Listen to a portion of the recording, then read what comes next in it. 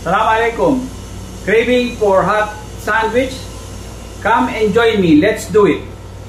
For our wet butter, I have here buttermilk, pickled water, hot sauce, 1 piece of egg.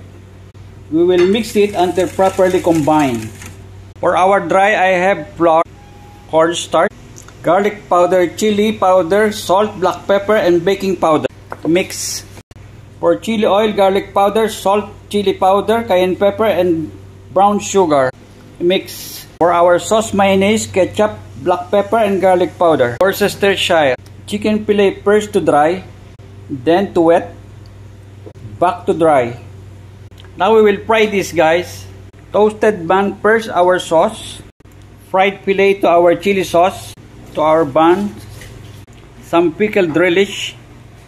Best served with coleslaw, our hot sandwich.